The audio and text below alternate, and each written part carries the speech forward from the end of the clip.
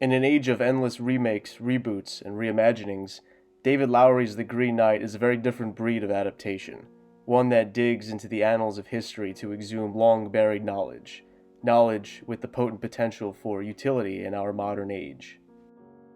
Lowery's film is based on the medieval poem Sir Gawain and the Green Knight.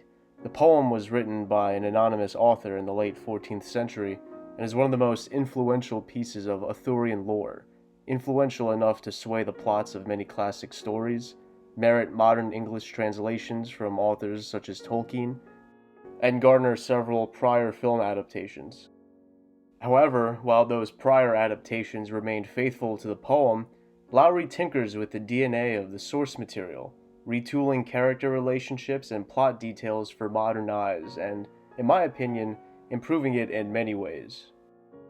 One of the first departures from the source material we see is subtle but crucial, that of Gawain's lust for life, his excessive drinking, and long Christmas nights spent at a brothel. Surely a contradiction to the code of chivalry expected of a Knight of the Round Table, King Arthur's nephew no less. And we could judge him for it, or we can see Gawain's youthful revelry and subsequent anxiety at having no knightly stories to tell as a method of adding depth to his character. This makes Gawain a flawed hero seated on the outskirts of the Round Table, needing to prove himself. Someone more relatable to us than an established, unimpeachable knight embarking on a journey to uphold principles more abstract without the full context. Lowery's Gawain desires nothing more than the upgrade in status that comes with established knighthood, and later on his succession to the throne. But his introduction and his actions throughout the journey don't align with the code he's beholden to, a code that above all distinguishes the importance of values such as generosity, fellowship, chastity, and courage. In his travels, Gawain is given tests in all of these values, tests that poke and prod at his weak spots. We see this when he has to be compelled to pay a beggar for directions, when he asks what he will receive in return for helping Winifred find her head, and failing to disclose the gift of the green sash to the lord of the house, as well as succumbing to the lady's attempts at seduction. The common thread woven throughout these tests of his character is Gawain's self-interest. The one congruency between both Gawains is the choice to keep the sash for himself. However, this comes towards the back half of the film, and the prior challenges to Gawain's morals are exclusive to the film, deliberately augmented by Lowery for certainly some meaningful reason. This, of course, begs the question, why does Lowery go to lengths to emphasize and capitalize on Gawain's inherently narcissistic nature? What message might he be trying to deliver? As I stated earlier, giving Gawain's character a more traditional hero's journey arc and narcissistic flaws makes him more relatable to viewers despite the vast differences in culture and setting.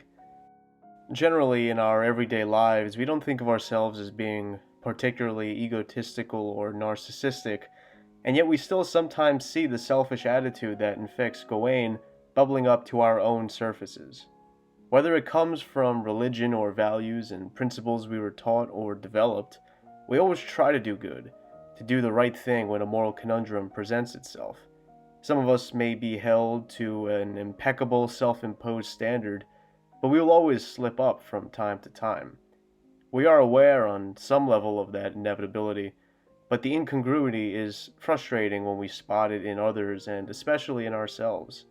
And this is usually where guilt and anxiety and the whole extended family of like-minded feelings enter the picture. Assuming we have well-defined ideas of what constitutes good and evil, right and wrong, it is befuddling when we wonder why many, myself included, often wander beyond the bounds of what we intuitively know to be good or right. Why do we spend Christmas in brothels, deep in our cups, when we should be spending the holiday with family? Why do we focus on our own self-interest in the face of the less fortunate? Why do we consciously break oaths? We could argue that people are inherently selfish, but to do so would be to paint all of humanity with a broad, cynical brush. It offers no hope, no solution, and fails to account for the many selfless people and acts accounted for throughout history. Such an argument seeks an easy cut-and-paste answer and willingly neglects the deeper questions, the meat of the issues plaguing so many. One major issue that I believe lurks deep within these problems is Gawain's fear of death. This fear needs no introduction, but to phrase it more aptly, it's like a buried terror that we all harbor at the idea that our boundless consciousness is limited by our physical body's expiration date. A date that could come decades from now, or could come tomorrow, but one that will haunt us nevertheless. From early childhood on, this fear burrows deep within our brains and often subconsciously demands us to suffocate it. Like Gawain in the brothel, many of us suffer through periods where we habitually reach for the bottle or for the remote, numbing ourselves to this painful truth through living lives of addiction or trivial routine, obfuscating our purpose in life in the process. On the other hand, the gnawing feeling we sense at thoughts of our impending extinction and the following uncertainty of life has always been the motivator of great action. It is the reason why we write books, make movies, make art, run for public office, etc. It is the sole reason driving any desire to make a name for ourselves, to embark on our own hero's journey. We're compelled by the drive to be remembered fondly and venerated accordingly, although some in history happily opted for the opposite. Even though he represses this drive initially with his indulgence, it comes to manifest itself as the anxiety Gawain feels admitting he has no stories to tell. Of all the heroes gathered at Arthur's Round Table, he's at the bottom of the totem pole. When the Green Knight appears, Gawain leaps into an opportunity to claim glory and approval from his peers, to seize a chance to prove himself, to become a hero. When we, like Gawain, fixate on the underlying goal of transcending death, it's easy, almost natural for our self-interest and narcissism to grow malignantly, blocking all others out of view. This brings us to what seems like an impasse. Gawain is driven by a fear of death, as we plainly see towards the end of the film with his use of the green sash and his flinching under the Green Knight's axe. Yet Gawain voluntarily ventures out on his journey, knowing full well what was awaiting him. Seems like a contradiction, but perhaps this is where some context into the time period may come in handy. Obviously, much differs between the medieval age and 2021. However, the fear of death is one of the few similarities. In an age without science and medicine, an age with a drastically lower life expectancy, religion wasn't just the norm, it was everything. It offered an opiate to quell fear of death and provided an ironclad set of principles and values to live by. Religion still persists to this day, but belief continues to plummet in Western cultures. It leaves many more people vulnerable to the fear of death, but even more concerning, it creates a power vacuum for political ideologies, cults, and egotistical self-interest to fill. Religious or not, when it's our head on the chopping block, flinching would be our default instinct. Yet the religious aspect, I believe, accounts for Gawain's enthusiasm to make haste for the Green Chapel. Following in the steps of Christ, there are few who earn the title of hero more quickly than those who face their death willingly, those who sacrifice themselves unfalteringly for their own values. Think of the praise, gratitude, and grief given to fallen soldiers all throughout history. In Gawain's case, he stands to lose his honor as a knight, yet in the climactic moment he has second thoughts, and the Green Knight scolds him for it. The film doesn't declare it outright, but it's fairly clear that the Green Knight was summoned to Camelot by Gawain's mother. Was it her intention to have her son's head lopped off so songs could be sung about him and his premature death? I'm not convinced. I'm more inclined to believe that the Green Knight was cast in the role of a teacher, not an executioner. Someone who could mold Gawain into being worthy of the throne. If we look at his character symbolically, we can quickly discern from the color green, from his earthly appearance and abode, that he symbolizes nature. But perhaps green might also represent a state of decay. Going further, the Green Knight's supernatural mythic presence could suggest that he is a personification of nature itself. The reciprocation in the beheading game shows that for Gawain, the unforgiving side of nature cannot be bested and will always have the last laugh. Thus, my immediate interpretation of the ending was the Green Knight beheading Gawain off-screen. But we know nature isn't all might and wrath. Nature has an unparalleled majesty, and being out and about in nature can have a calming effect on people.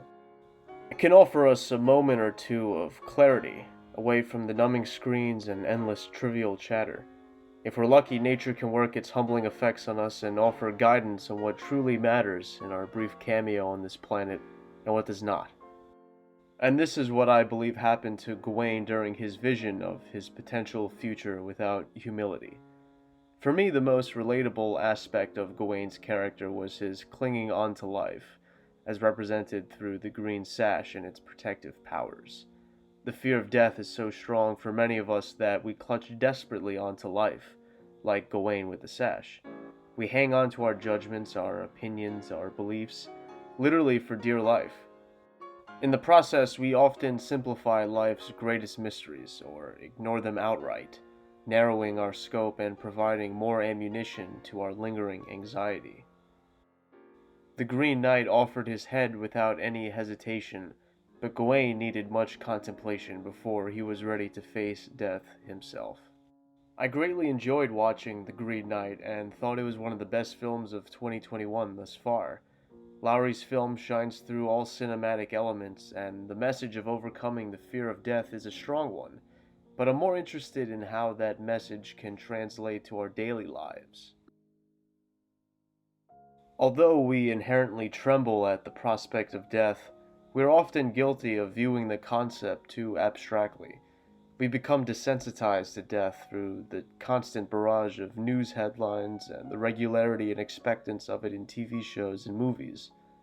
It's when a friend or loved one dies or when we have a near-death experience that the tsunami wave hits us. But we don't have to wait on tragedy or relinquish the wheel to this fear. It doesn't have to subconsciously map out the course of our life. Death is our biggest disadvantage, but we always retain the ability to leverage it into our biggest advantage. In the words of the German philosopher Friedrich Nietzsche, the certain prospect of death could sweeten life with a precious and fragrant drop of levity. The slow crawl towards death could motivate us to craft easier, predictable lives and to hoard a glut of resources for ourselves. Or, the acceptance of our expiration date could, on the other hand, motivate us to filter out the trivial and to find gratitude in the toughest of trials. Easier said than done, of course. But one possible course of action we could undertake is one recommended by the Stoic philosophers of antiquity, Memento Mori, consistently reminding ourselves through journaling or meditation or any effective method that life is temporary, as is everyone and everything around us, and we have but a brief window to enjoy it. This practice may seem morbid, but that belief only fortifies our fear of death. It rationalizes the fear and only encourages us to repress it further. Continually reminding ourselves of life's shortness and even imagining the circumstances of our death and the deaths of others creates a burning urgency to cancel any unnecessary emotional debt we've been paying interest on and focuses us on our truest priorities. Death is what connects each and every single one of us, and so it goes without saying that Memento Mori goes a long way in replenishing our empathy. A life without it may be filled with external pleasures, but often is devoid of internal pleasures, as Gawain discovers in his vision. I believe this is some variation of the lesson that Gawain's mother and the Green Knight try to teach him on his journey, the lopping off of his head being more metaphorical than literal. Paradoxically, a looser grip on life and its many attachments can help us lead richer lives. All we need to do is remove our green sash and be willing to lose our head. Off with your head.